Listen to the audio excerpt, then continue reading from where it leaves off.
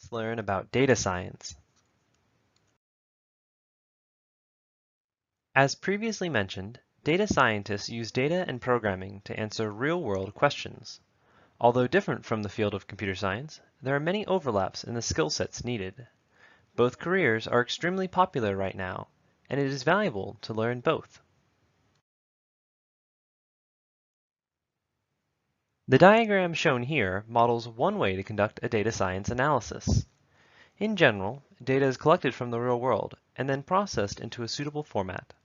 The data scientist then iteratively explores the dataset, refining it further and developing research questions. They answer these questions by creating plots, running statistical analyses, and making models from the data.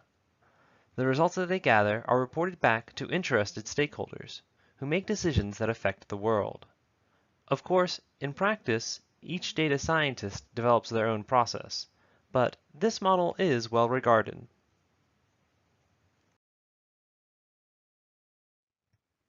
Data scientists rarely work straight from beginning to end. Although the workflow shown may suggest an orderly sequence of events, the reality is that data scientists move from phase to phase as needed. Sometimes you need to revise your questions after you find your first answers. Other times, you realize you need a different data set in order to answer your questions in the first place.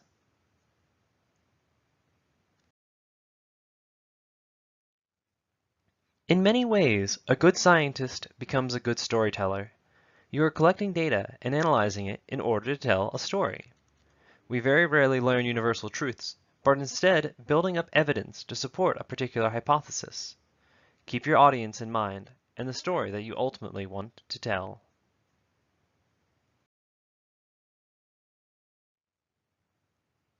We simultaneously live in a data-rich world and a data-poor world. More and more processes and systems, both human and computational, create data. However, this data is often kept under lock and key to protect individuals, corporations, or governments. Further, many potential sources of data are not collected for pragmatic reasons. You may find that you want a particular dataset, but cannot get access to it. Other times, you'll be given a tidal wave of data, and you will struggle to deal with the scale.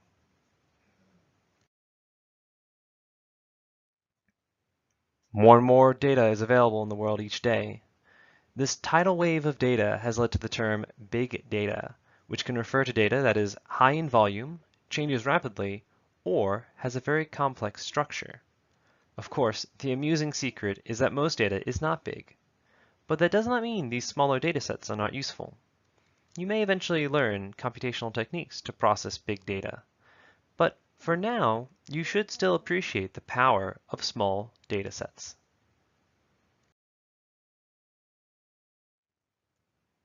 There are many topics in data science that we do not have the time to cover.